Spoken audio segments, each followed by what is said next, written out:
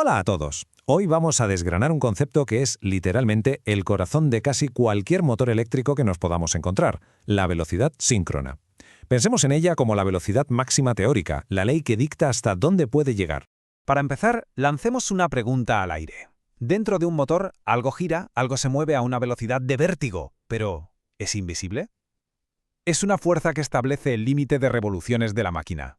¿Qué es exactamente esa fuerza? Bueno, pues esa fuerza invisible es el campo magnético giratorio.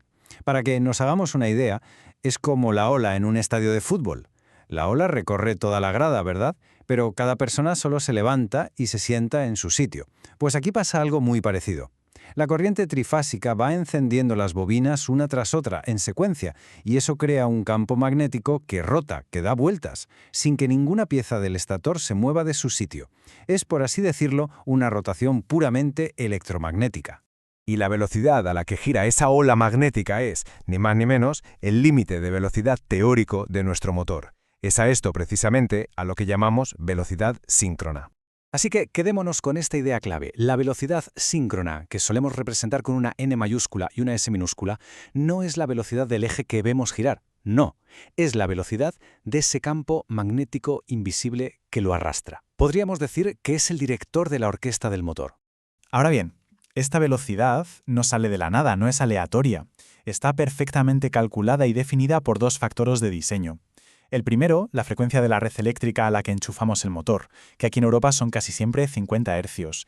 Y el segundo, una característica de construcción del propio motor, su número de polos.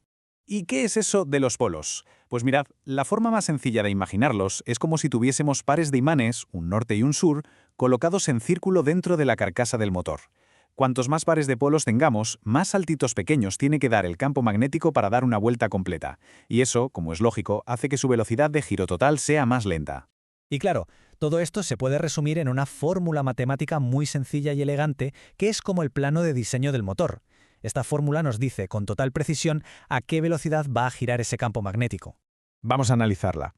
NS es la velocidad síncrona, lo que queremos calcular. F es la frecuencia de la red, esos 50 Hz que decíamos. Y ahora, mucho ojo con esto, que es donde suele haber confusiones.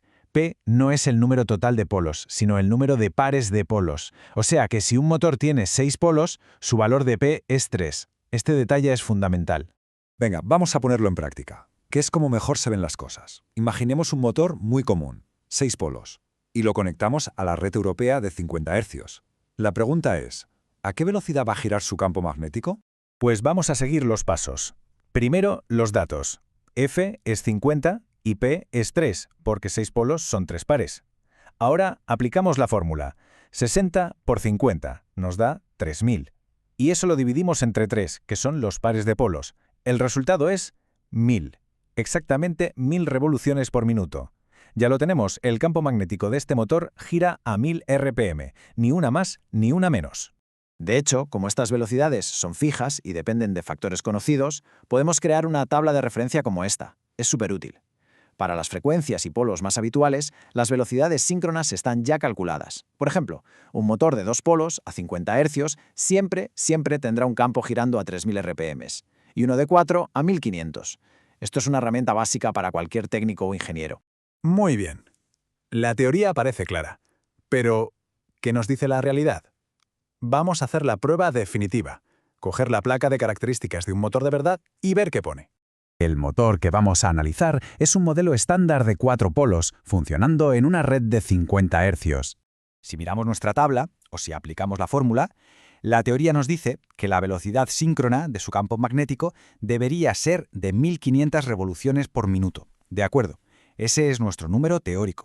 Pero ahora, fijaos en lo que leemos en su placa de características. La velocidad que indica el fabricante no es 1500, es 1475 RPM, un poquito más despacio. Y esto nos muestra perfectamente la gran diferencia. Una cosa es la velocidad teórica del campo magnético, la velocidad síncrona, y otra muy distinta es la velocidad a la que de verdad gira el eje del motor, lo que llamamos la velocidad del rotor. Y como estamos viendo, no son la misma. Y aquí llegamos a la pregunta del millón. Si la fuerza que tira del rotor va a 1500 vueltas por minuto, ¿por qué el rotor nunca llega a alcanzarla? ¿Por qué siempre se queda un poco por detrás, como persiguiéndola, sin éxito?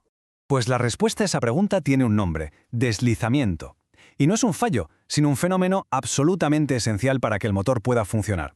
Pero la explicación de por qué existe este deslizamiento y por qué es tan increíblemente importante, bueno, eso lo dejaremos para nuestro próximo análisis.